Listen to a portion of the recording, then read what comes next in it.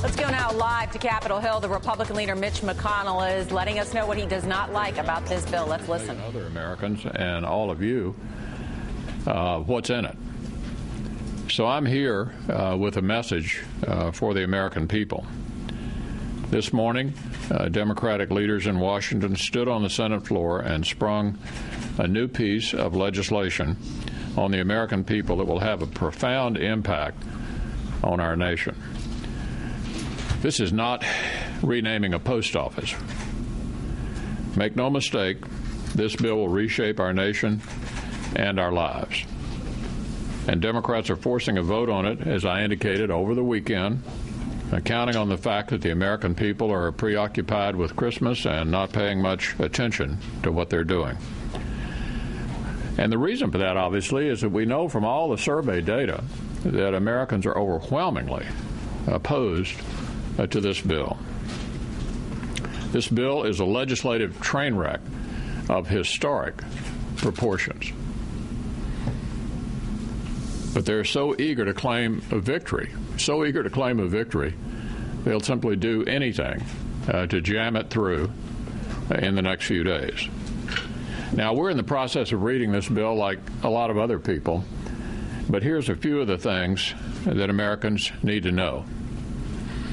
In Medicare, of course, we know that the bill slashes hundreds of billions of dollars from Medicare to fund a massive new government bureaucracy. We know there are cuts to hospitals. We know there are cuts to nursing homes. We know there are cuts to home health care. And we know there are cuts to hospice. With regard to taxes, the bill includes massive tax increases on American families and on American businesses. Doing that at a time of double-digit unemployment. Taxes that will make it much harder to create jobs as we try to come out of this economic slowdown. There are taxes on health insurance. There are taxes on medical devices. There are taxes on medicine. And there are taxes on working families with very high medical expenses. Abortion. The bill includes permissive language on government-funded abortions, language that would lead the federal government to violate long-standing policies on abortion funding. The Class Act, referred to earlier this year by the chairman of the Budget Committee as a Ponzi scheme, is in the bill. Medicaid. This is particularly interesting. The bill imposes massive burdens on states that are already struggling under the weight of the costs of Medicaid. At the same time, however, it gives special sweetheart deals to a select few states. Interestingly enough, two states that stand out are Nebraska and Vermont. So, what is the upshot of this for taxpayers elsewhere? Taxpayers in Kentucky, and even in Nevada, and Ohio, and Virginia, and New York, and Michigan end up, in effect, paying more so that Nebraska and Vermont can get a special deal. So our conclusion would be this, based on what we know so far about the bill still being read and analyzed, not only by my office, but everybody else in the Senate who hasn't seen it, and all of you. Our friends on the other side like to talk about making history, about the historic steps they're taking. The history that's being made here, make no mistake about it, the history that's being made here is the ignoring of the will of the American people.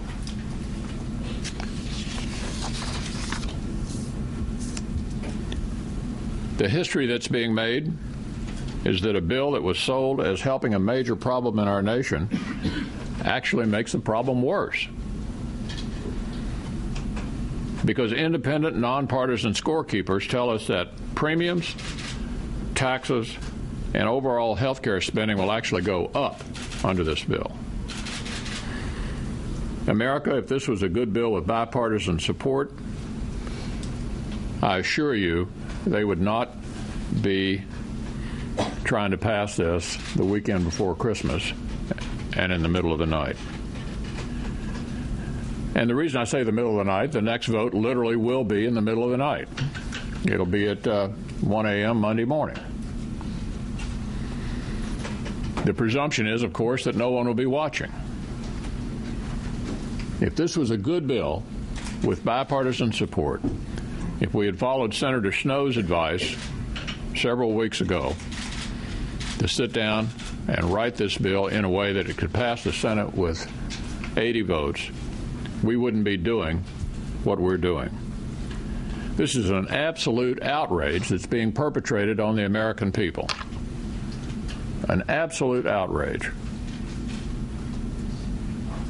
Americans need to know what's going on, and we're going to give them every opportunity to learn as much as we can and they can about this as the process moves forward. I'll take a few questions if there are any. In addition to having the bill read, which is going on now, and insisting on all of your rights post-closure, will you plan to use any other tactics to try and make sure this bill does not pass by Christmas? Well, it's been my pattern not to announce in advance what kind of parliamentary moves we may make. I think the important thing here is for the American people to understand that they're being jammed. There's an effort here to deceive them, to try to pass this bill on a purely partisan basis at a time when their hope is, because of preoccupation with the Christmas holidays, that nobody will notice. Well, I don't think that's going to work. This issue is pretty darn big. All the surveys indicate that people are paying attention. They are concerned about it. As I said, this is not a post office bill. This is health care. And regardless of how old you are, every one of the 300 million Americans care about this bill. Senator, Democrats are hoping that, on similar lines, they're hoping that you guys will bring the bill back sometime once, if they get closer Monday, that then it'll kind of be over and you guys will eventually bring the bill back. So I'm about telegraphing any procedural moves. Yeah, I don't want to get down in the weeds on procedure today. I want to talk about the outrage that has occurred here. This effort to jam and deceive the American people on the weekend before Christmas on an issue of extraordinary magnitude. And, I think that people are rightly outraged. Senator Fox, And there, of course, you have the Republican leader Mitch McConnell saying that this bill is an absolute outrage, in his words, and he wants people to know they are being jammed by this partisan process. He says this is a bill that will raise taxes, slash Medicare, increase premiums for middle class, and allow taxes for abortions, even though there was that deal struck with Senator Ben Nelson, who wants to make sure that federal funds will not be used for abortion. So clearly, the Republican people upset.